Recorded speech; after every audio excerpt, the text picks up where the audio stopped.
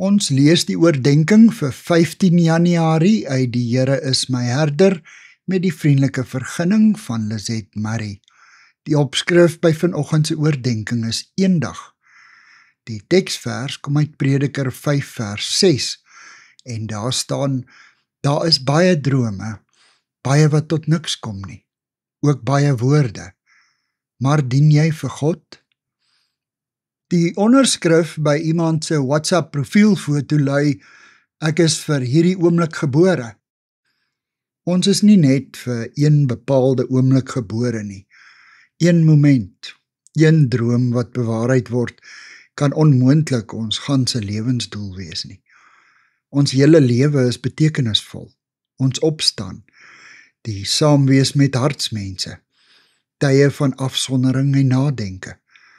Selfs uitsiglose en skynbaar betekenislose tye waarin dit voel asof al die lewe se mooi ideale wat ons gekoester het tot niet is. Of wanneer 'n deur in ons gesig toeklap en ons toekomsdrome agter daardie deur verdwyn.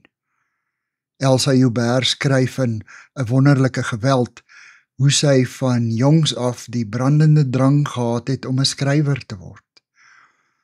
Haar lewe het egter lang ompaaie geloop voordat haar naam die eerste keer op 'n boek se buiteblad verskyn het. Voor die aanbreek van daardie oomblik het sy dinge gedoen wat haar lewe vol en betekenisryk gemaak het. Sy het skool gehou, gereis, verder studeer en selfs 'n kort rukkie as kelnerin gewerk. Sy het met oop oë en 'n ontvanklike gemoed elke ervaring deurleef. Haar daaglikse klein belewennisse het van haar 'n volronde mens gemaak, met begrip vir haar medemens en insig in die lewe. Vir haar was haar eerste boek nie 'n uiteindelike aankoms van 'n gevoel, ek is vir hierdie oomblik gebore nie.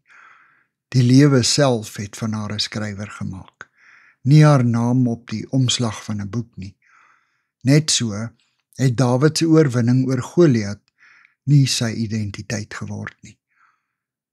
Here, ek wil U elke dag heelhartig dien. Amen.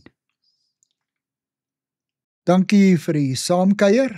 Ek deel Lizette se kontak en webblad besonderhede in die inligtingsparagraaf van hierdie voorlesing. Daar is ook skakels na voorlesings van Lizette se ander publikasies wat op hierdie platform beskikbaar is.